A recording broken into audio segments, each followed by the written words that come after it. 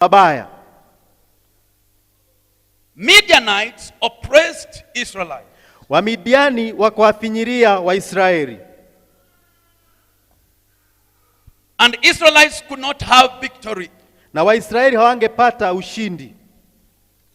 Until God spoke to Gideon. Paka Mungu akamnenea Gideoni. There are things that God spoke to Gideon in chapter 6 verse 11. Kuna mambo ambayo Mungu alimnenea Gideoni katika Waamuzi sura ya 6 mstari wa 11.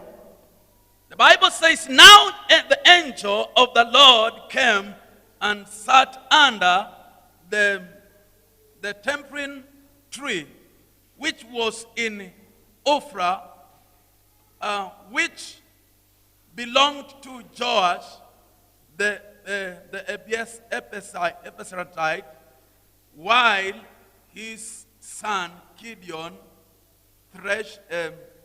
threshed wheat in the vine press in order to hide it from the Midianites. Malaika wa Bwana akaenda akaketi chini ya mwaloni uliokuwa katika Ofra, uliokuwa mali yake Yoashi Mwabiezeri, na mwanae Gideoni alikuwa akipepeta ngano ndani ya shinikizo ili kuificha machoni pa Wamidiani. Verse 12 the Bible says, and the angel of the Lord appeared to him and said to him, the Lord is with you, you mighty man of valor. Mstari wa 12, malaika wa Bwana akamtokea akamwambia, Bwana yu pamoja nawe ewe shujaa. Gideon said to him, oh my Lord, if the Lord is with us, why then has all this happened to us? Gideoni akamwambia, Bwana wangu, ikiwa Bwana yu pamoja nasi, mbona mambo haya yote yametupata? And where are all these miracles which our fathers told us about, saying did not the Lord bring us up from the Egypt, but now the Lord has forsaken us and delivered us into the hands of the Midianites. Yako wapi matendo yake ya ajabu waliotuhadithia baba zetu wakisema, je, siye Bwana aliyetuleta huku kutoka Misri? Ila sasa ametutupa naye ametutia katika mikono ya Midiani. God sees Gideon as a mighty man of valor. Mungu anamuona Gideoni kama shujaa. God is with Gideon. Mungu yuko pamoja na Gideoni. And God is with you. Na Mungu yuko pamoja na wewe. And God is with me. Na Mungu yuko pamoja na mimi. But Midianites, lakini wa Midiani are oppressing them down. Wanawafinyilia chini. Praise the name of the Lord. Bwana atukuzwe. Do you see that point in your Bible? Je, unaona neno hilo katika Biblia yako? God is telling Gideon, Mungu anamwambia Gideon, the angel comes and tells Gideon, malaika anakuja na kumwambia Gideoni, God is with you, Gideon. Mungu yuko pamoja na wewe Gideoni. You are a mighty man of valor. Wewe ni shujaa mkubwa. And Gideon wonders. Na Gideoni anashangaa. If you, God, is real with me, kama wewe Mungu kwa kweli uko pamoja na mimi, how comes that Midianites are oppressing us? Kwa nini wa Midiani wanaendelea kutufinyilia? Why all these things are happening in our life? Kwa nini mambo haya yote yanafanyika katika maisha yetu? Somebody here could be having a question like the one Gideon had. Mtu hapa anaweza kuwa na swali kama lile Gideoni alikuwa nalo. God, if you are with me, kama Mungu uko pamoja na mimi, I have walked with you all this year. Nimetembea pamoja naye hiyo miaka yote. Why these things are happening in my life? Kwa nini mambo haya yanafanyika katika maisha yangu? There is something to deal with. Kuna kitu cha kushughulikia. Praise the name of the Lord. Bwana asifiwe. How comes the Midianites are oppressing me down? Kwa nini wa Midiani wanawafinyiria Waisraeli? How comes Midianites are oppressing our family? Kwa nini wa Midiani wanafinyiria familia zetu? How comes Midianites are oppressing my children? Kwa nini wa Midiani wanawafinyiria watoto wetu? If God is with us, kama Mungu yuko pamoja why all nasi, these things happening with us? kwa nini mambo haya yote tunayaona? So the Bible says, Na kwa hivyo Biblia inasema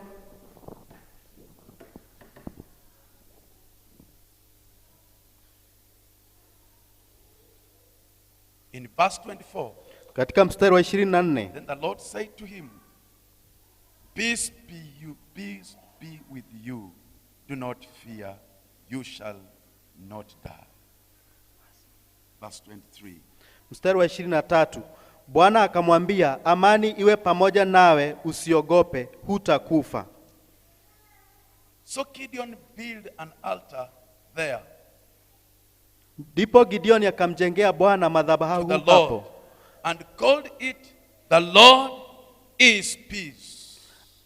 Ndipo Gideoni akamjengea Bwana madhabahu hapo, akaita jina lake Yehova Shalom. Amen. Amen. To this day, it is still in Ophrah of the Abiezrites. Hata hivi leo iko huko katika Ofra ya Waabiezeri. But it was not enough for Gideon to build an altar for God. Lakini haikutosha tu Gideoni kumjengea Bwana He madhabahu. had to deal with another altar. Lakini kwanza alishughulikia madhabahu mengine. The Bible says in verse 25, Biblia inasema katika mstari wa 25, now it came to pass the same night that the Lord said to him, take your father's young bull, the second bull of 7 years old, and tear down the altar of Baal that your father has, and cut down the wooden image that is beside it. Mstari wa 25, ikawa usiku huo huo Bwana akamwambia, mtoe ng'ombe wa baba yako, yaani ng'ombe wa pili wa miaka 7, ukaiangushe madhabahu ya Baali aliyo nayo baba yako, ukaikate Ashera ile iliyo karibu nayo. Amen. Amen. Now God is answering the question that Gideon had. Mungu anajibu swali la Gideoni. Why that if you are with me, God? Kwa nini kama Mungu uko pamoja na mimi? How comes that Midianites have been oppressing us? Kwa nini Wamidiani wamezidi kutufinyilia? And the angel tells him, Na malaika anamwambia, God speaks to him, Mungu anamnenea, your father has an altar. baba yako ana madhabahu. Dismantle the altar of your father. Yaharibu ama yaangushe madhabahu ya baba yako. This is the Baal altar. Hii ni madhabahu, haya ni madhabahu ya Baali. You have built an altar for me, Umenijengea madhabahu, but you have to dismantle the altar that your father has. lakini lazima uangushe madhabahu ambayo baba yako ako nayo. There are things that have followed our lives all through. Kuna mambo ambayo yamefuatilia maisha yetu kila wakati. Although we love God, Hata kama tunampenda Mungu, although God is with us, hata kama Mungu yuko pamoja but nasi, there are things we have never discovered the secret of dealing with them. lakini kuna mambo hatujaijua njia ya kuyashughulikia. The altars, we are still being bound. Yaani madhabahu bado sisi We are tumefungwa things of our ancestors. na mambo ya babu zetu. We are still being bound Sisi bado tumefungwa. with the things of our old people. Tuko na mambo ya wazee Those wetu. foundations, Hiyo misingi, the altars. madhabahu But we have to deal with them. lazima tuyashughulikie We have to kwanza. dismantle them. Lazima tuyaharibu. God will give us the victory. Mungu atatupatia ushindi. Praise the name of the Lord. Bwana asifiwe. When we deal with them, Tunapoyashughulikia, God will give us the victory. Mungu atatupatia ushindi. Praise the name of the Lord. Bwana atukuzwe. In order to build a good altar Ili tuweze kujenga madhabahu mazuri for God, kwa ajili ya Mungu, to worship God in our lives, tumwabudu Mungu katika maisha to yetu, serve Him in our lives, tumtumikie katika maisha yetu, we need to tear down tunastahili kuangusha the altars that are ungodly in our lives. madhabahu yasiyo ya Mungu katika maisha yetu.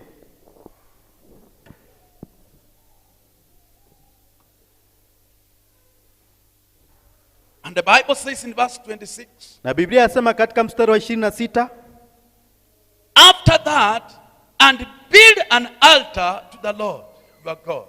ukamjengee Bwana Mungu wako madhabahu on top of this rock, juu ya ngome hii in the proper arrangement, kwa taratibu zake. and take the second bull Ukamtoe yule ng'ombe wa pili and offer a burnt sacrifice na kumtoa awe sadaka ya kuteketezwa with the wood of the image, kwa kuni za ile Ashera which you shall cut down. ulioikata.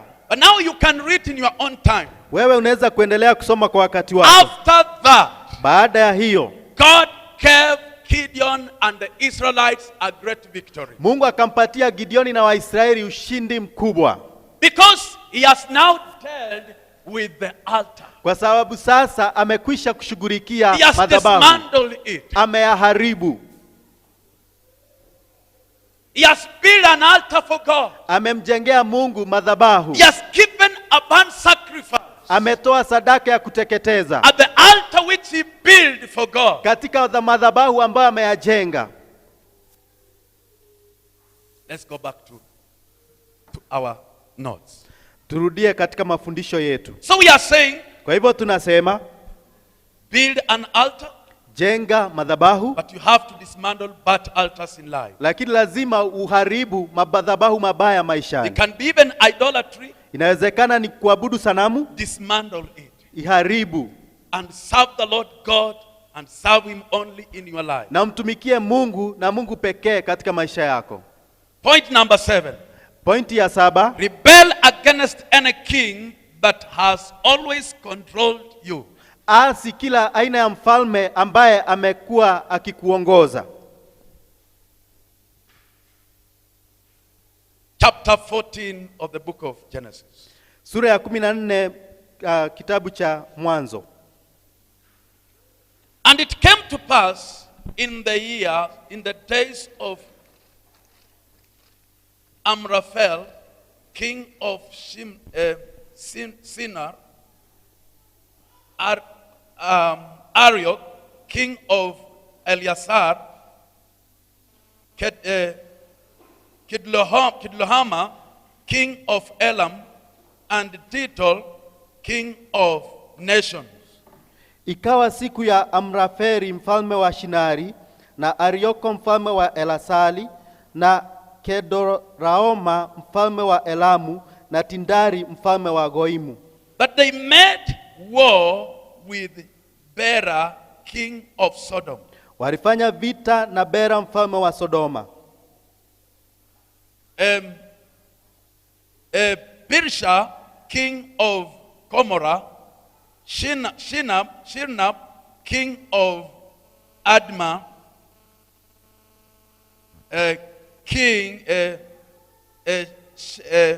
Shebar, king of Sebolim, and the king of Bela, that is Zohar.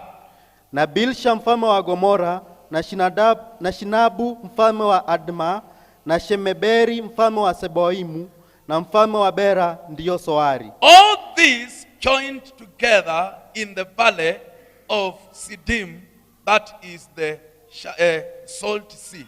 Hawa wote wakakutana panapo bonde la Sidimu kwenye bahari ya chumvi. So they made a war against the king of Bera. Kwa hivyo wakapigana na mfalme wa Bera. And the Bible says in verse 4, Na Biblia yasema mstari wa 4, 12 years they served Kedlohama. miaka 12 walimtumikia Kedoraoma. They served Kedlohama for 12 years. Wakamtumikia Kedoraoma miaka 12. And the Bible says, Na Biblia inasema in the 13th year they rebelled. katika mwaka wa 13 wakamuasi. Now they served Kedlohama for 12 years. Wakamtumikia Kedoraoma miaka